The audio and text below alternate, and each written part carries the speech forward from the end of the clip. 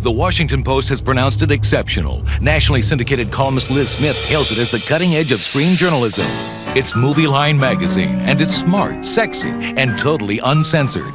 MovieLine is probing, penetrating, and thought-provoking. MovieLine is clever, surprising, provocative, and snide.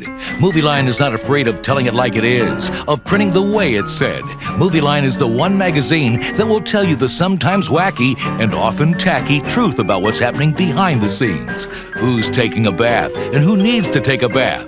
You'll meet directors, producers, and the stars, where they live, graze, and rock and roll. You'll know who's in and who's on the way out. MovieLine will tell you who's making movies, who's making money, and who's making who in Hollywood.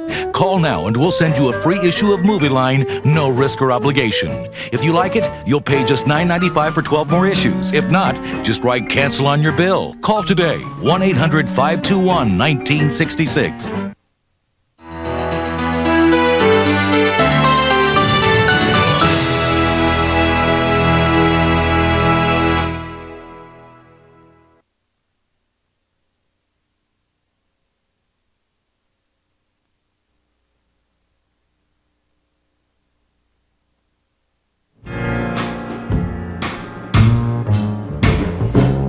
I'm gonna like somebody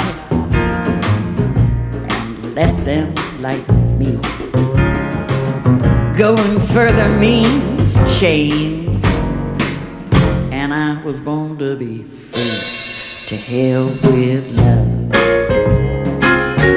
To hell with love. I'll find a way to keep from getting in too deep. To hell with love. I like to sleep when night comes and laugh every day. Shortcuts, a Robert Altman film. You're in love. It just doesn't work that way. To hell with love.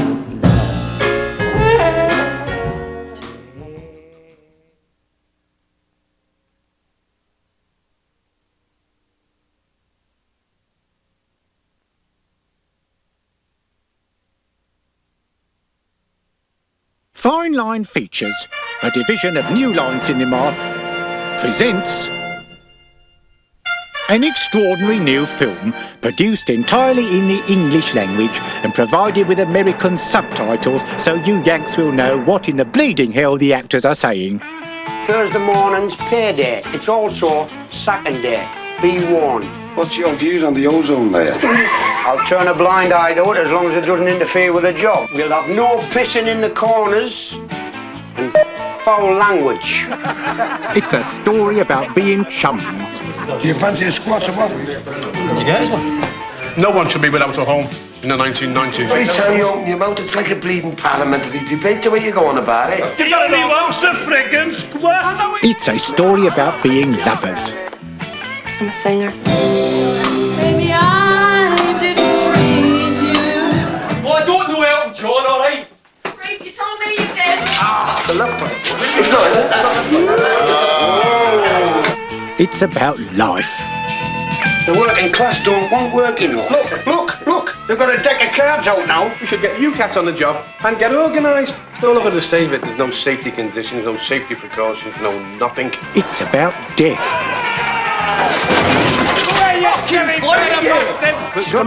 It's very, very blowy in here.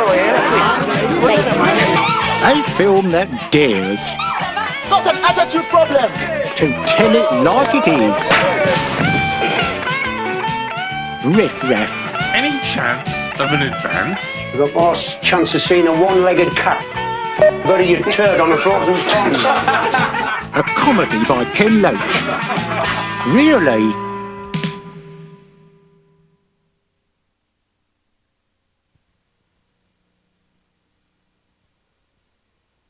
The only thing interesting I see about history is that it's about to end.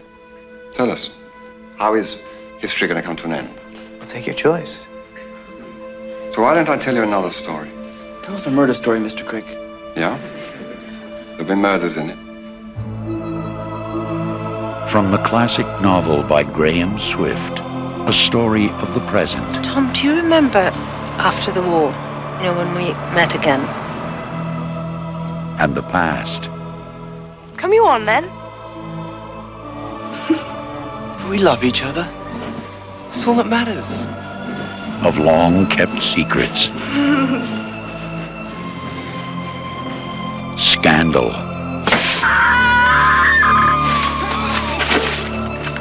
Madness. And murder. I just think you need some help. I mean, what are you going to do next? You're going to kill someone? Have you heard from your wife? No. You're telling these children stories. What is that supposed to mean? You know where she is? Yes. The extraordinary story of one man's life relived so that a romance might be reborn.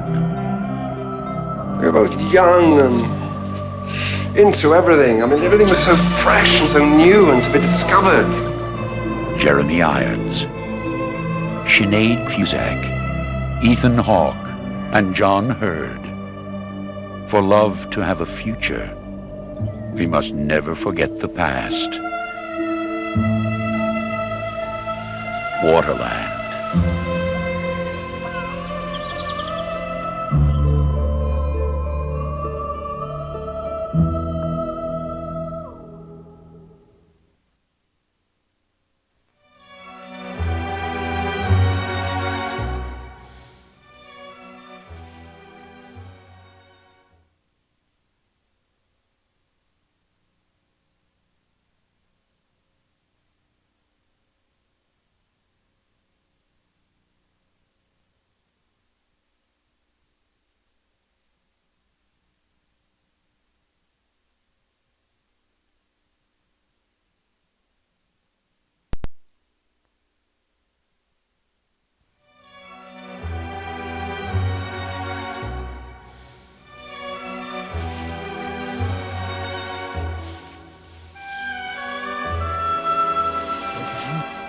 When I decide to do something, to start something, would it be a documentary or fiction, the choice of a theme, of a book that I want to adapt, like Damage, it's finally always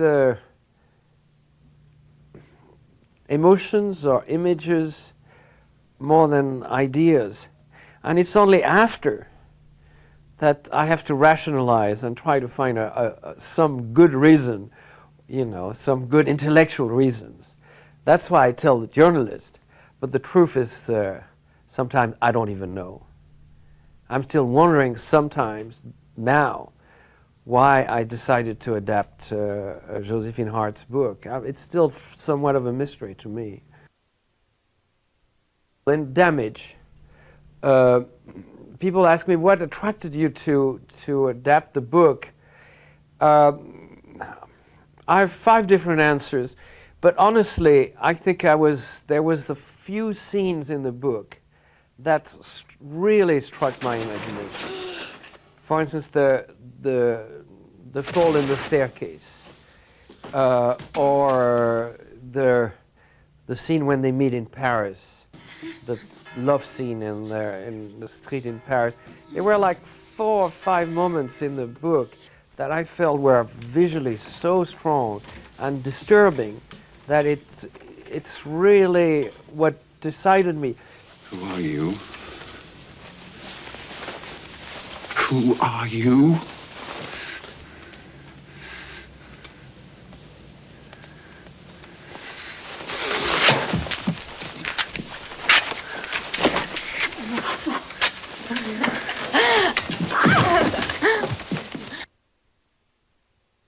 I'm interested in passion. I'm interested in very strong emotions. What happens between the Jeremy Irons character and Anna is that he meets his fate in a way, something that could very well never happen to him, but somehow he was waiting for. But by letting things happen, letting fate take over, he becomes completely a sort of a destroyer of his own family. He's your son. He'd hate you. He'd hate me for a while, but... You'd lose him. You'd lose your own son. I don't know if it came to me unconsciously, but there's something about the dangers of passion which came through in Damage. I remember an American journalist asking me why in Damage, when they have those furious love scenes, they don't seem to take any precautions. And I thought, well, yes, it's interesting that none of us ever thought about that. Safe sex. And all I could answer was, you know, Damage is not about safe sex anyway.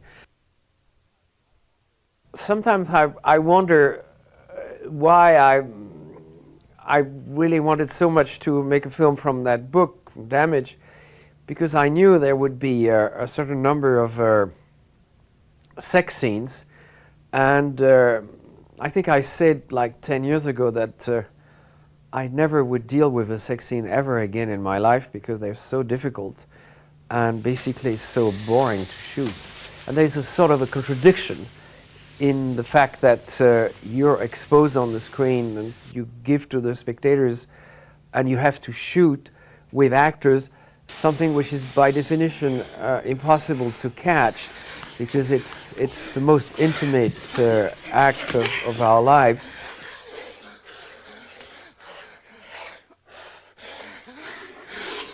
The most difficult of the sex scenes, they were all difficult, but the most difficult one was the one that's taking place in a street in Paris, simply because in the shooting schedule it came as the first one, and we shot it literally the second day of shooting, and which was not very smart on my part. And when they had to do that scene sort of really cold, and when I mean cold, it was actually very cold. It was in February in Paris, and it was incredibly difficult.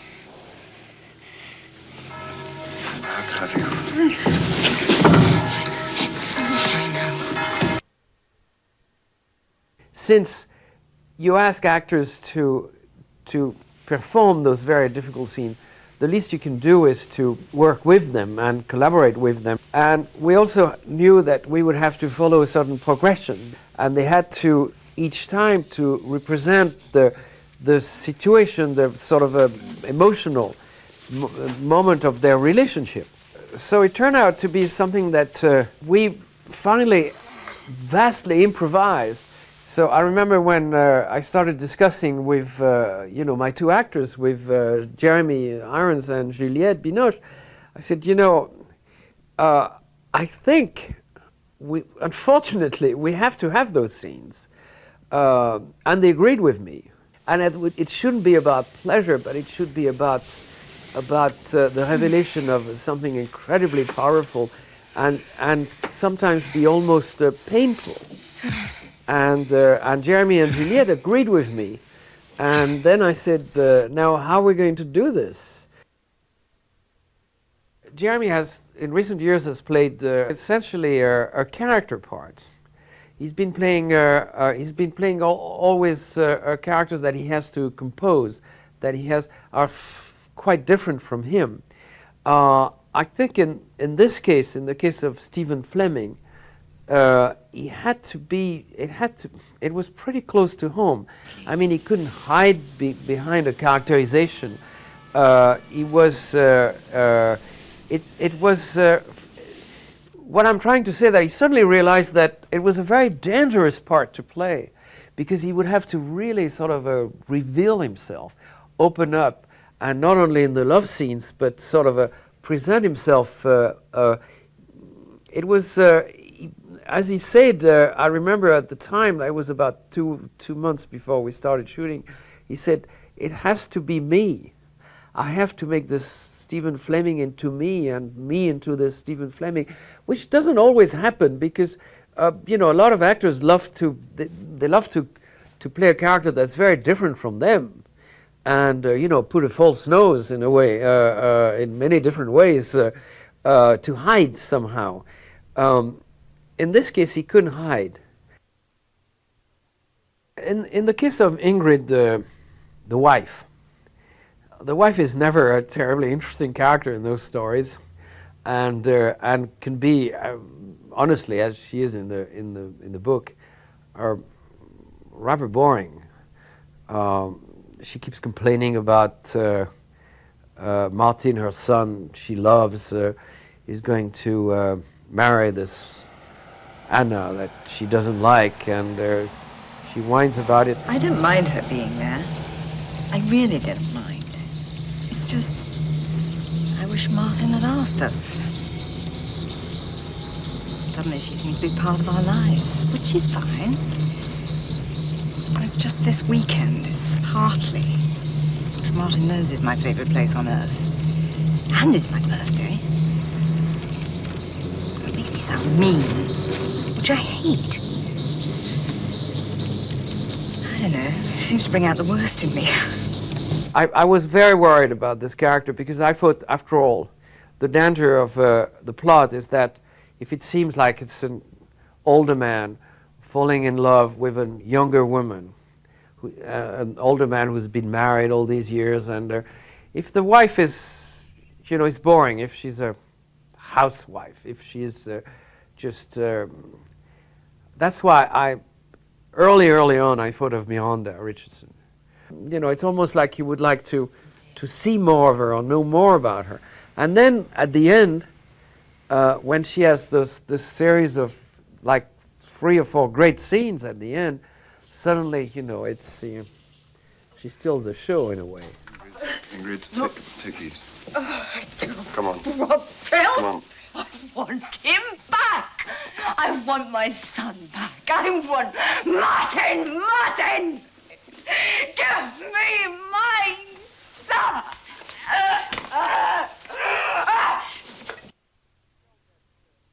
I felt that she should be a stranger in this family, in this milieu that where the action takes place. She should be almost from a different culture. Anyway, I was going to say a different planet, where she had this one thing that you cannot give an actress if she doesn't have it, which is that sort of a sensual presence, this sort of a physical energy on the screen, where she doesn't have to talk, she doesn't have to explain herself, she doesn't have to, give her all the motivations of her character. She just has to be in front of the camera, and something happens, and something, I don't know what it is. It's sexual energy. It's and I thought it would, of course, do wonders for the part of Anna, because in the book she was quite mysterious and opaque, and I wanted to leave her that way. Remember, damaged people are dangerous. They know they can survive. When it comes to damage, I think what I found interesting in the theme was how a family could live on a certain number of a certain routine. The idea that everybody must pretty much always stay in control. There's a sense of ritual, and of course the family is very strong and very tight. But you know that the foundations are not very solid, because it's not based on necessarily on strong emotions. It's based on more habits than anything else. So it's about in the explosion or the implosion of the family, you see that everybody suddenly finds their own emotions and find out about what's really important for them. Roots aren't that great unless something else comes with them. Like what? Oh, I don't know, warmth, I suppose. Passion. It's probably my fault. No. Came more from Dad, if I have to name anyone.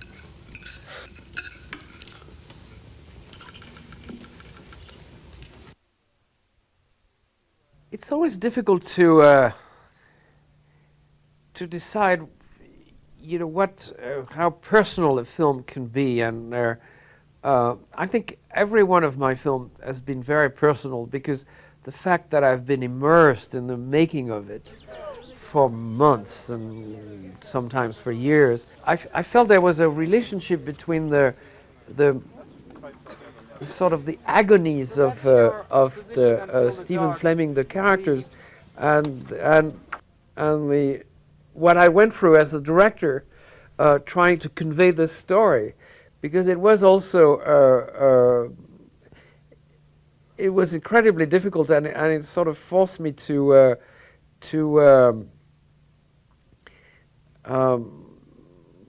re-examine a lot of things that I'd not looked into for a long time, and so it was very disturbing for me. And so in a way, it was a very personal experience.